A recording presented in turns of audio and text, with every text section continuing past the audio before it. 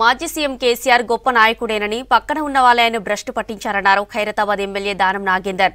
తన అభ్యర్థిత్వంపై కేటీఆర్ కోర్టుకు వెళితే అక్కడే సమాధానం చెబుతానన్నారు. 3 నెలల్లోనే సీఎంపై ఆరోపణలు చేయడం సరికాదన్నారు దానం నాగేందర్. సికింద్రాబాద్ ఎంపీగా గెలిచి పార్లమెంటుకు వెళ్తానన్నారు. సిటీలో జరిగిన ఇఫ్తార్ విందుకు షబీర్ అలీతో కలిసి పాల్గొన్నారు. ఎమ్మెల్సీ కవిత అరెస్టు గురించి మీడియా ప్రశ్నించగా ఒక ఆడబిడ్డ గురించి తాను మాట్లాడలేనన్నారు దానం నాగేందర్. తప్పేం లేదు, నేను మాత్రము పొరపాటు ఏం చేయలేదని నేను భావిస్తున్నాను. ఎందుకంటే గత 7-8 సంవత్సరాల నుండి నేను పనిచేశాను, సిన్సియర్గా పనిచేశాను.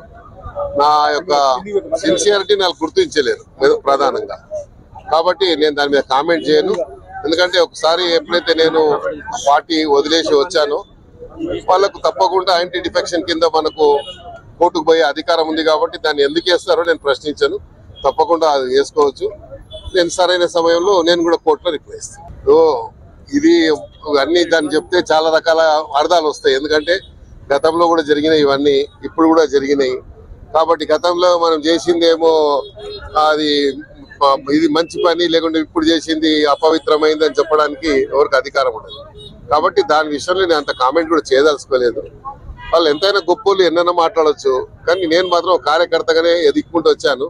ఇంకా ఎదగాలనే కోరికతోనే రాజకీయాల్లో పనిచేస్తున్నాను, కార్యకర్తలకు పనిచేస్తున్నాను, కార్యకర్తలకు అండదండగా ఉండి పనిచేస్తున్నాను. కాబట్టి కార్యకర్తలను కాపాడుకుంటూ వచ్చాను.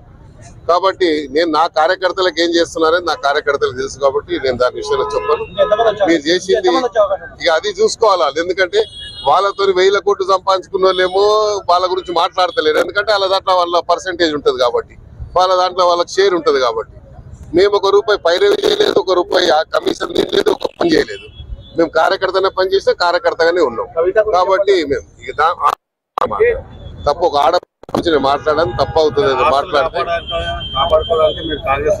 ఇప్పుడు అప్పుడు వాళ్ళు ఏం కాపాడిరు నన్ను, పోనీ నా ఆస్తులు ఏమన్నా కాపాడి వాళ్ళ దగ్గర లెక్క ఉంటే ఇవ్వని చెప్పండి.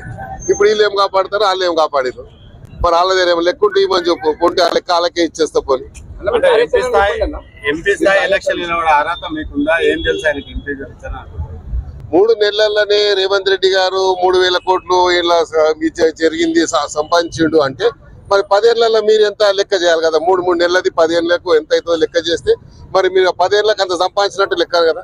నాకు కేసీఆర్ గారు అంటే చాలా గౌరవం ఉంది. ఆయన చాలా గొప్ప, చాలా మంచి వ్యక్తి కూడా. కాకపోతే ఆయన చుట్టూ ఉన్న వ్యక్తులు ఆయనను భ్రష్టు పట్టించారు. నాకు తెలిసి నాతో ఎవరికి పోటీ లేదు. తప్పకుండా నేను గెలుస్తాను.